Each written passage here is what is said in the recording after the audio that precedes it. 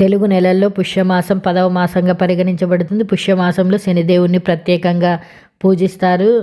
శివుడికి కార్తీక మాసం, విష్ణువుకి మార్గశిర మాసం ఎలా ఉంటే శనిదేవుడికి పుష్యమాసం అంటే ప్రీతికరం. పుష్యమాసంలో సూర్యుడు మకర రాశిలో సంచరిస్తాడు. దీంతో ఉత్తరాయణ పుణ్యకాలం ప్రారంభమవుతుంది. మకర రాశికి అధిపతి శని కావడం వల్ల పుష్యమాసం అంటే శనిదేవుడికి ఇష్టము.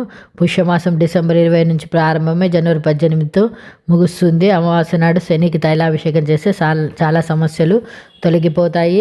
పుష్యమాసంలో చేయవలసిన పనులు వీడియో ద్వారా తెలుసుకుందాం. జాతకంలో సూర్యుని స్థానం బలహీనంగా ఉంటే రాగి చెంబులో ధాన్యం లేదా నెయ్యి దానం చేయడం మంచిది. ద్వాదశ ఆదిత్య రూపంలో సూర్యుడి నెలలో ఉంటాడు కాబట్టి ప్రతిరోజు ఏదైనా దేవతా స్తోత్రం లేదా ఆదిత్య హృదయం చదవాలి. పుష్యమాసంలో ఆదివారం నాడు నెయ్యి, ఉసిరికాయ తినకూడదు. వస్త్రదానం, తైలదానం, అన్నదానం చేస్తే శనిదోషాలు తొలగి ఆనందంగా ఉంటే పుష్యమాసంలో హోమాలు చేసేటప్పుడు నువ్వులు సమర్పించాలి. నువ్వుల వంటకాలు తినడం శుభకరం. పితృదేవతలు నువ్వులతో తర్పణాలు వదిలితే శుభ ఫలితాలు కలుగుతాయి. పుష్యమాసంలో పౌర్ణమి నాడు ఓం నమో భగవతే వాసుదేవాయ అని మంత్రాన్ని పఠిస్తే చాలా మంచిది. పుష్యమాసంలో ఆఖరి రోజైన వచ్చే అమావాస్యను చొల్లంగి అమావాస్య అంటారు.